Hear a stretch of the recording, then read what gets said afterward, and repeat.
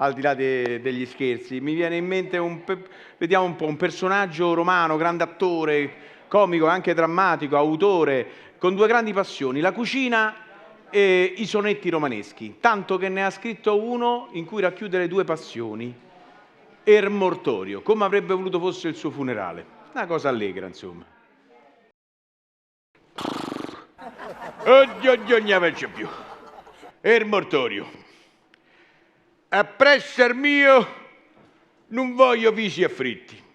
E per farire pure a st'occasione farò un mortorio con consumazione in modo che chi venga ne approfitti.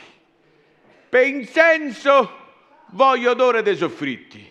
Gli cannella deve essere cannellone, li nastri sfoglia all'uovo e le corone dei fiori dei cucuzza fritti. Per cuscini timballi della lasagna da offrire al momento della sepoltura a tutti quelli che sapranno piagne. E sulla tomba mia tutta la gente ce leggerà sta sola dicitura, tolto da questo mondo troppo ardente. Grande Aldo Fabrizi. Ma c'è stato un altro personaggio napoletano, lui, che è stato tolto da questo mondo troppo ardente, Massimo Troisi, che ho avuto la fortuna di conoscere e di diventarne amico. Posso confermarvi che era uno pigro, lento a fare le cose, eppure se n'è andato via troppo in fretta, Massimo.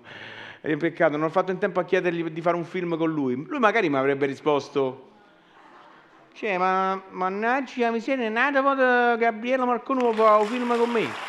Basta, no? Cioè, se io faccio un film con lui, se ho penalizzato. Se ho penalizzato. Cioè, il titolo del film ricomincia da -3.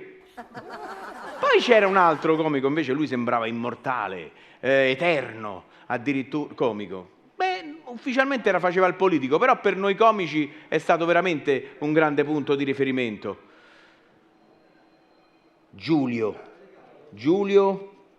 Andreotti.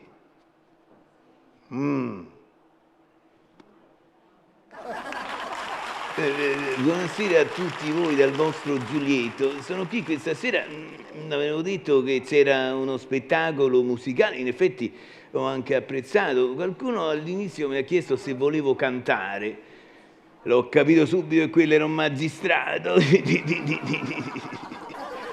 poi vabbè, c'era. Ecco, se io adesso vi faccio vedere questa pipa, e voi che pensate? Una pipa di un presidente, il grande presidente Pertini. Oh, buon Dio! E mi ricordo, non è vero, il periodo della Resistenza, quando lottavamo contro i tedeschi, che erano come noi sul Carso. Ah, se ci stavano sul Carso!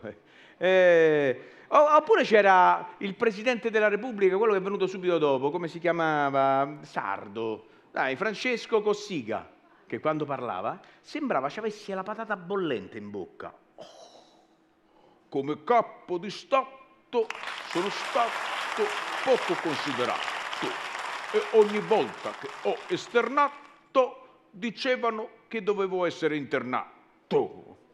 E poi c'era l'avvocato perché era lui. Lui sapeva tutto, cioè qualsiasi argomento lui dava il suo parere ed era speciale. Non so, sul calcio, lui... La mia sensazione è che in Italia non si possa fare meno del calcio.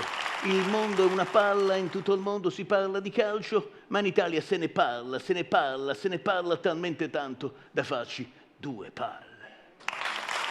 E per chiudere, il primo personaggio che ho imitato, grazie a lui. E io quando faccio la sua imitazione metto il mento tutto a destra e poi alla faccia del bicarbonato di sodio, per bacco quanta gente, appunto dico, e qui ci sono queste frasi sotto semaforo, è ora di finirla.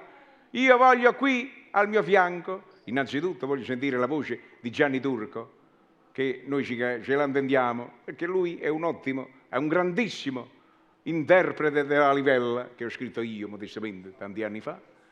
E poi al mio fianco vorrei quella signorina, molto bella, quella che mi spoglia gli occhi.